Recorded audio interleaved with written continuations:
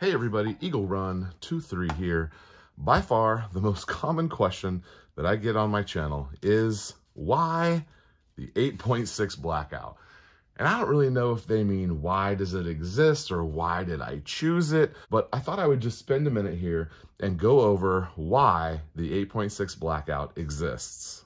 I have a lot of little details here and notes that we're going to go over, but in general, why the 8.6 Blackout exists. There's actually quite a few reasons out there. And a lot of people get really dead set on their calibers, and it makes them incapable of seeing that other calibers exist for specific reasons. Once you get out of the world of, hey, a 223 AR and a 308, once you get out of those parameters, there's really nothing holding you back and no reason why you can't choose a specific caliber for a specific reason. You always have to ask yourself a question: what am I going to use this for? What is its intended purpose?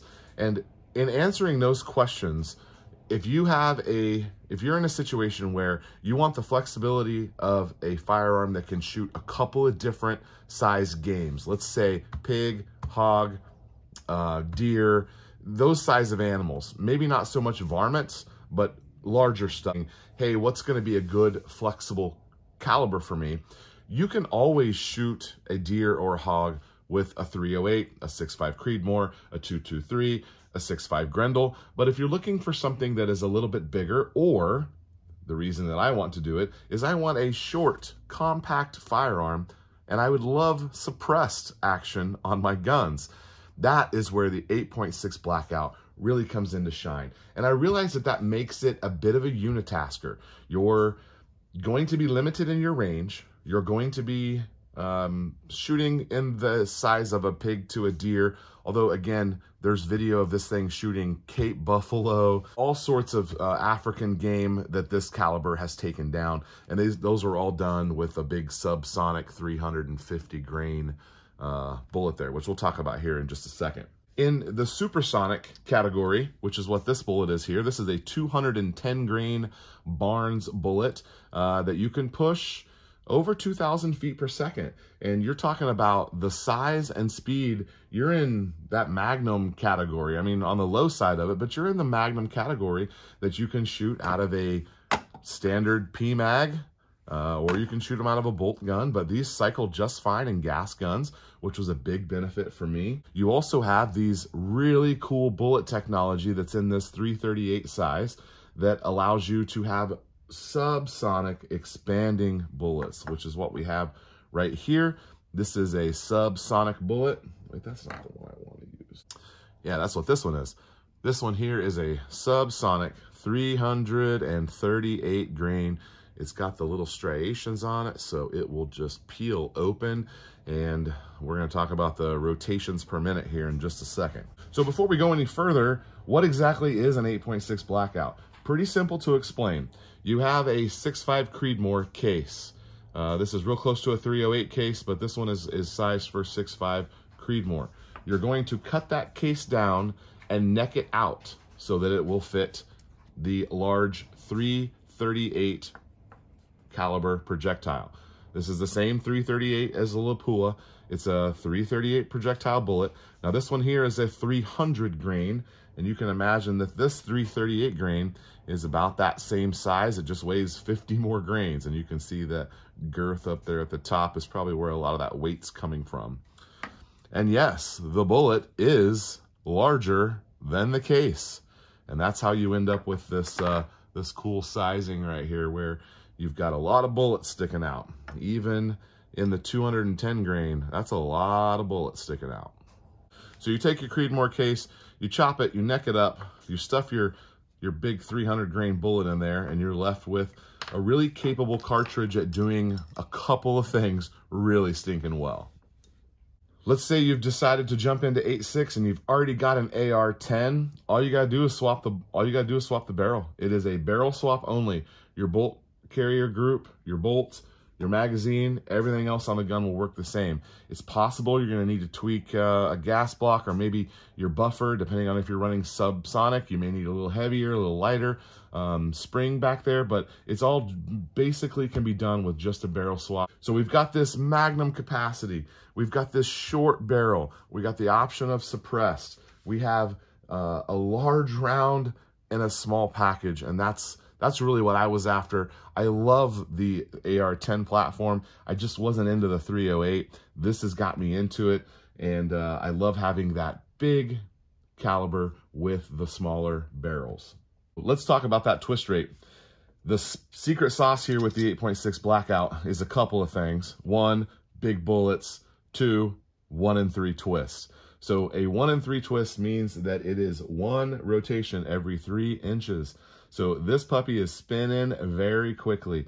Contrast that with your standard 5.56. You're looking at a 1 in 7, 1 in 8, sometimes even a 1 in 9 twist. Most of those are 7s and 8s, but this is a 1 in 3 twist. So this guy is spinning up real quick.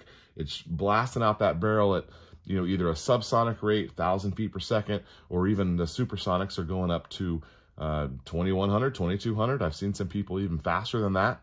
And when it hits into that object, these specially designed bullets are just opening up, and they are helicoptering through your target at 7, 8, 900,000 RPM.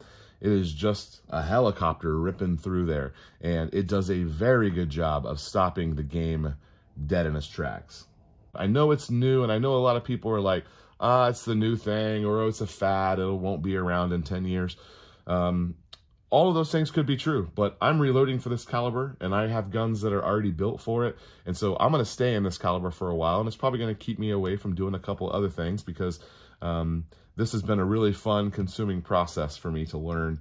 1, the reloading and the ballistics and all that stuff, but 2, just being able to build an AR-10 platform. It's quite a bit different than the AR-15, and I really enjoyed that. So the final 2 things on my list here have to do with the ammo and its availability.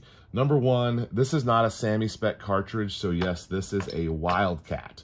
Never thought I would be a Wildcat guy, but here I am with some funky looking bullets here on the workbench. Now, we are waiting for SAMI spec. That's the universal adoption of the parameters and sizes. We're waiting on that. It's probably going to be a year. It's probably going to be January of 24 before we have that SAMI spec. I was optimistic it was going to be in the year of 2023, but it looks like it's going to be January of 24 before we have that. Once that happens, then you'll see where it could potentially be on a shelf somewhere. Hornady will probably make it. Several others will probably start making ammo for it. But right now, we're limited to a couple of different companies. And if you found somebody else, let me know, because these are the only 4 that I found and that I've purchased from. There's a couple different guys out there that are making brass in small quantities, but if you want a finished load out of the box, you're looking at just a couple of different options. So I'm going to list these 4 out for you here in no particular order. Callaway Ballistics, they have actually agreed to come on and do a live stream with me here in a couple of weeks, so stay tuned for that. Make sure you're subscribed. Number 2 on the list is Discreet Ballistics. I have some of their stuff. I've shot it. I have shot the Callaway as well. Discreet is focusing on subsonic only, mostly going to be seeing subsonic loads from a lot of these little guys. Next on the list is Firehole. They have a product that it's called Montana Blackout, and it's for 300 Blackout and 8.6 Blackout, and that's actually what this one is a Firehole brand bullet. And then last on the list is Gorilla. Now, Gorilla actually has their own Gorilla brass, which is pretty cool. And this is a supersonic load, 210 grain from Gorilla. As far as I know, Gorilla's the only ones that are making supersonic loads. It could be that Callaway has one and I haven't seen it, but I've shot all of those. No problems with any of them. The only thing I had trouble with was when I was reloading my own ammo. That's the only time I had any trouble. Is the 8.6 right for you?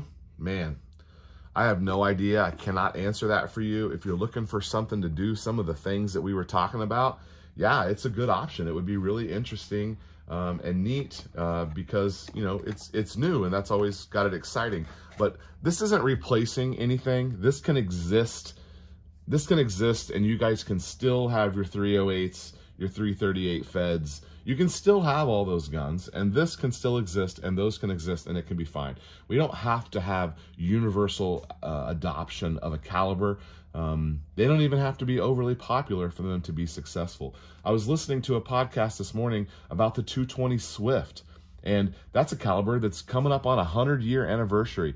And the bad thing about it is, early on, one of the reviewers for Field and Stream magazine happened to state that this caliber was a barrel burner. The 220 Swift is famous even today for being a barrel burner.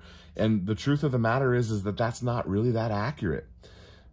Modern barrel technology, it's going to eat up to 220. It's going to be fine. You're not going to be like shooting through barrels on that thing. And most people who complain about barrel burners, let's be honest, they're not shooting enough rounds anyway to be burning through any barrels.